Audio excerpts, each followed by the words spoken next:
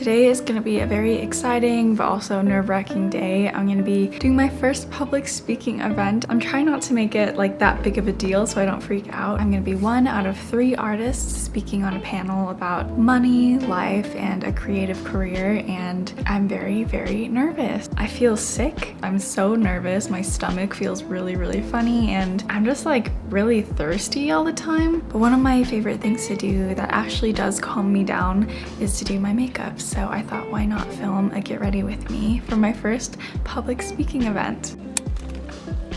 I don't usually do my makeup out here, so it's gonna be a bit of a learning curve for me, but I think I'll be fine just using like a small eyeshadow mirror. I feel like I'm living out my beauty YouTuber dreams. I grew up on Michelle Phan, and actually it was just Michelle Phan. It's just one person. You guys don't usually see me like this. I usually always film at least with a little bit of skin makeup. I guess I should explain what I'm doing, right? That's how this works. Put some concealer on the outside of my hand, and I always thin it out just a bit, and it also changes the consistency. It's less wet and it's more dry, and I usually just use my fingers. I've used makeup sponges and brushes before, but honestly I'm just too lazy to clean them, so nowadays I just use my fingers and I think it looks fine. With concealer I go into my T-zone and my chin and my under eyes. But yeah, I guess I never really show anyone what I look like without makeup, or at least I try not to. In some of my vlogs, I really just have those moments where I don't give a shit, but I don't know, I feel way more confident when I do have makeup on. I'm sure a lot of you guys can relate. But yeah, I feel like this gig sort of just fell into the palm of my hands. It was very serendipitous because, as you know, I'm in my 4th year of digital design, so I'm doing my design thesis right now. And for my design thesis, I'm working on finding a way to increase financial literacy for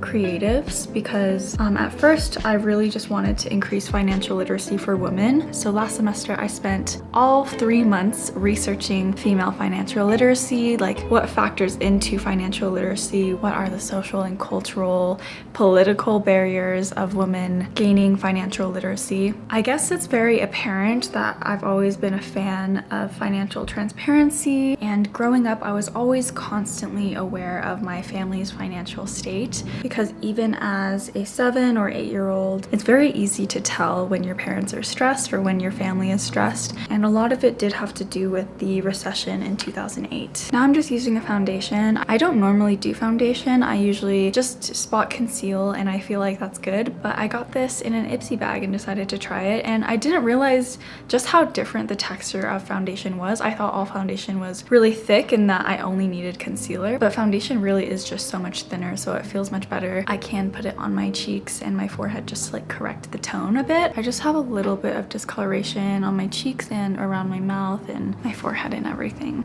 But yeah, that was my thesis, and after we got back from Christmas break and after I finished all my research, I realized that financial literacy is a very, very complex issue, and women at large is a very, very large demographic to try to help with just my one design project. So then I decided to focus on my strengths and what I do best and what I'm actually really passionate about. And as you guys know, I'm very passionate about being an artist, being self-employed, and helping creatives like myself gain financial confidence, because our whole lives we were told by society that artists don't make money, that artists are broke, and you're better off going into science or business.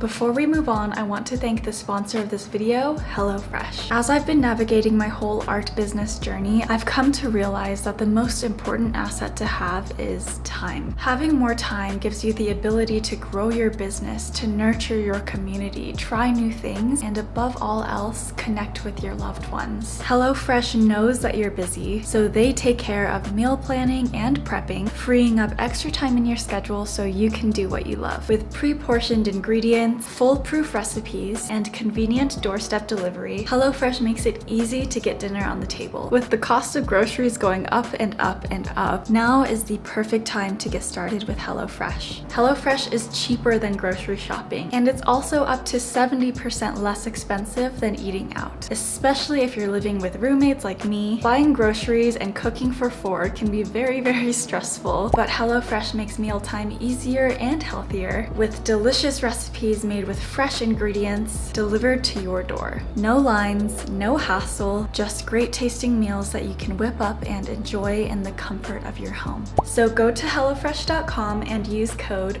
UNCOMFYCO60 for 60% off plus free shipping. Again, big thanks to HelloFresh for sponsoring this video, and honestly, their food is really, really good. I think my base is done. I'm gonna set it with powder now. I use the Laura Mercier powder. It's like the one bougie thing that I own. I sort of just put it on my T-zone and on my nose to set everything. This powder can be very drying, and I also have combination skin, so it can cause me to get flaky, so I just try to do everything a little bit lightly. And also, if the angles of this video seem really weird, it's because I'm not an actual makeup guru and I'm just winging it. What was I talking about? Oh yeah. In my research, I found that one of the best ways to help women increase their financial literacy and their confidence was I totally blanked out here, but I meant to say that mentorship and low stakes participation was one of the best ways to get women more involved in their personal finance. Now I'm gonna do my brows. I just used the Anastasia Brow Dip Pomade. I've been really obsessed with Douyin makeup, so we're gonna try to do one of those looks today. So the whole idea behind my thesis was to create marketing material for a live event, a live seminar or panel, or something of that sort to help shed light on the ways an artist can make money and the different career paths you can take as a creative, because that information is just very hard to come by, I feel like. And I was just gonna host a live event by myself online. I was gonna invite some of my Instagram friends and just host an online seminar, and that was gonna be my thesis. But then someone at my school reached out to me because she is the president of the Asian Council of Student Leaders, and they were gonna host an event called Asians in the Arts, and she wanted me to be a panelist. So at first I was gonna say no because it sounded very nerve-wracking, but then I realized that this was the perfect opportunity to leverage my design skills to help market the event. I renamed it How to Make Money as a Creative because I wanted anyone who wanted to come to feel welcome, even if they are not Asian. And that brings us to today. Today is the event. It's tonight in like 4 hours, and I'm very, very, very, very, very nervous. I'm just using like this contour shade for my for this part of my face.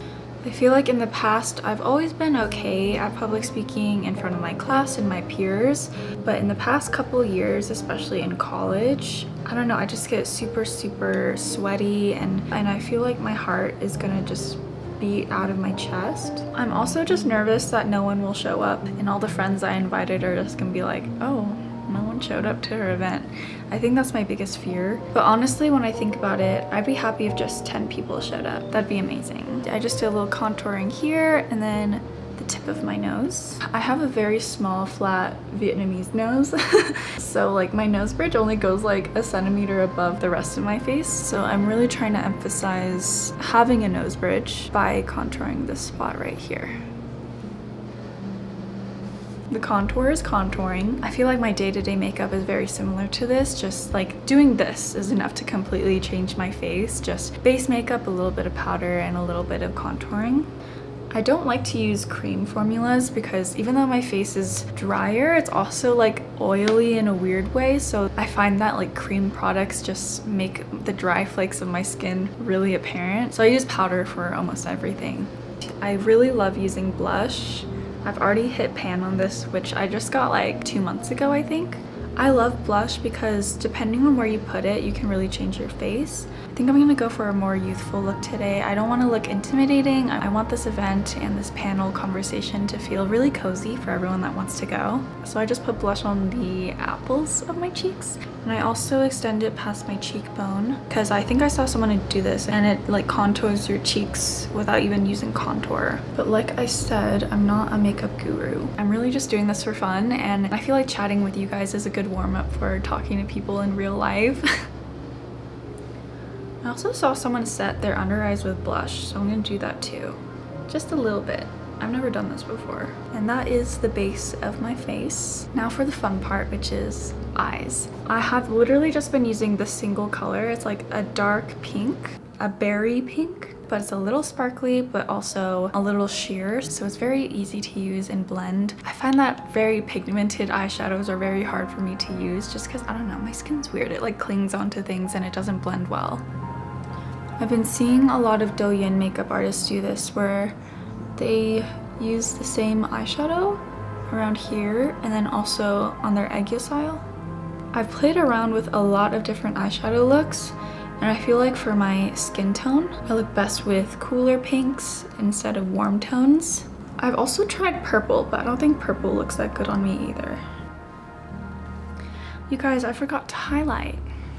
Highlighting is one of my favorite things to do. I've been using this NYX pencil for like years now. I'm gonna do in between my eyes, above my little nose, and then on the tip of my nose as well, like that. Then I use my finger to pat and blend it out. Then I use this powder highlighter to dab on top of the cream, and then the cream makes it last so much longer. Okay, now that my face is actually done, I'm gonna go in with a brown pencil liner and lightly do my eyeliner. I used to exclusively be a black liquid liner girly. You could see in these photos, I did my makeup very sharp and heavy because I thought that's what suited my eye shape better. But thanks to Douyin makeup and just like Asian makeup in general, I found that soft brown eyeliner with this like pink eyeshadow really does wonders for me. I'm sort of just following my eye shape. And I also go on the inside, do the inner corner.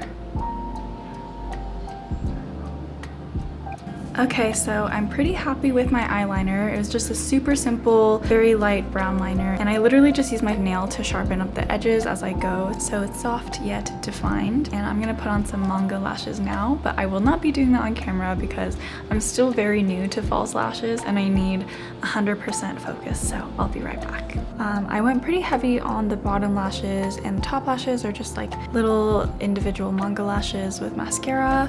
And yeah, I think I've never had lashes that were like visible from the sides before. This is very new to me. The last step that I usually do is lip liner and lipstick. This is my favorite lip liner. You can tell that I use it like every day. The NYX eyeliner in Suede Shoes, I believe. I've always been a huge fan of lipstick. I'm not a gloss girl. I feel like gloss just doesn't do it for me. I love sort of like changing my lip shape to look a little more like a Bratz doll.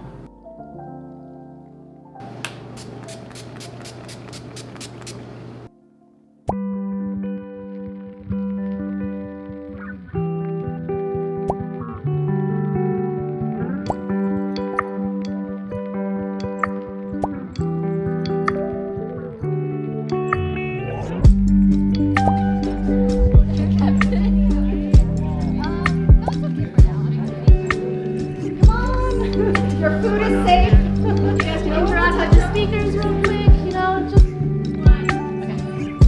Okay.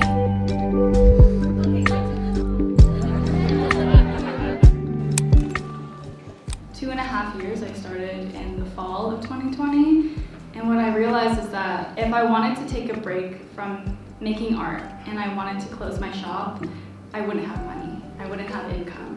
So I would need to find a way that I could make money, even if I couldn't make art.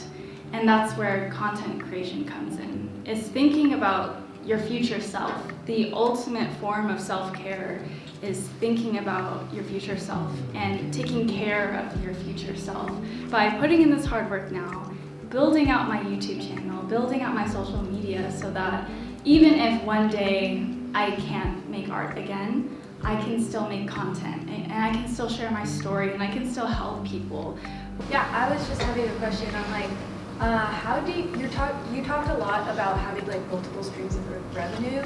Like, how do you balance that, and how do you decide like what to do at first so you don't get like too overwhelmed, especially like as a full-time student or working part-time job as well, you know, like just trying to get started and balancing everything? It's super hard to balance everything, but I think it was just natural for me to find these streams of revenue because my shop was so dependent on my social media, and then naturally you make money with social media. As far as What do I focus on? Do I spend 18 hours editing a YouTube video, or do I spend 18 hours sculpting and fulfilling actual orders? Well, I remember when I started this 2 years ago, I'd be like, okay, what is my priority? At the time, my priority was school. It's not school anymore, but at the time it was school. So I would put my assignments down to do first, and then I would work on my social media. So then I would sculpt my little clay spirits, then I would take pictures of them and post them.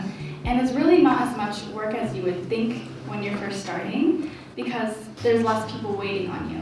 But once you start getting orders rolling in, there's people waiting on you. So you need to be clear about your schedule. So I'm very clear on my website. This order will take me 2 to 3 weeks to fulfill, and then it'll take about a week to get shipped to you. So I am super transparent with my customers that it will take about a month to get to you. And if they can't wait a month, then they won't buy from me. But the thing with being an artist and patrons of the art is that they're willing to wait. There's 2 types of customers. There's one that just buys something right away because it's cute, and then there's another that says, oh, this is cute, let me look into this person. Oh, they hand make this item. Oh, I really value this artist. And those are the type of people that you want interacting with your store and your social media. So being real with yourself first, and then being real with others, being transparent. So I tell my manager, at first I was like, I'm only gonna upload like once a month. So she had to deal with that. And then soon I started feeling ready, and she asked me, hey, do you think you can fit in 4 brand deals a month? And I was like, yeah, let's do it. Well, you talked about like trying new things and diversifying your income. So like, have you experienced, and maybe how do you overcome this thought of having no idea what you're doing? Well, I think there's someone out there that's probably interested in your journey of trying to learn how to do those things too, though. You know, some of the videos, I'm an avid YouTube watcher, and some of the videos that I watch the most are people trying new things, right? Or people on a journey in their different stages in their process of learning a new art form. Or I think there's somebody who's interested in that, just like you might be interested in somebody else's, and you might also find some connection with other people who are at that same place in their journey with you, you know? But that's just my immediate thought. But I'm also not the content creator here, so I'll let them speak. Well, I actually got the chance to talk to another content creator slash business owner, and now she has like a $1 million like business just selling candles. I talked to her, and one of the best advice she gave me was that the whole time she was just winging it. She never fully felt that she knew what she was doing, and I relate that to my own business. It's like, oh, there's so many forms to fill out, and now I have to do all these taxes. And like one day I'll just get like an email from the government saying, you need to fill this out right now. And it's like, okay. Overcoming the fear of making mistakes and failure. We're all conditioned to be like perfect. Like we all try to not make mistakes because making mistakes is embarrassing. But at the same time, just thinking of life as like you're just trying to go with the flow instead of like crashing into the waves. So if you have a hiccup, just realizing, oh, I won't do that again, and then just moving on. Community is so important, and like I keep saying, don't network just for the sake of networking. So I mean, everybody's been in a position like that where you want to get into something or a different branch of what you're already in, and you don't quite know how. So what I wouldn't do is like Google like famous audio mixers based in Denver, like call them and be like, hey, like can I? Well, maybe, I don't know. That's not what I would do personally, but that has, I mean, evidently worked for other people. But instead, like one connection leads to another. You know, it's like always said, it's who you know. And like the salary position that I have now, actually, like if you trace, I was thinking about it on my drive over here. If you trace it back all the way, it goes back to Courtney. Because it's Shannon, your cousin? Yeah. Okay, so Courtney's cousin is also in film, and because I knew Courtney, Shannon, Courtney's cousin, knew me and brought me onto a freelance shoot where I was the director of photography, and I shot interviews for artists that were hired by the company that I now work for. So thanks, Courtney. Rusty red on her shoulder, I was cleaning her shoe when it clicked on the trot over in the bright morning We brushed and we braided dandelions and chewed. It was a mutual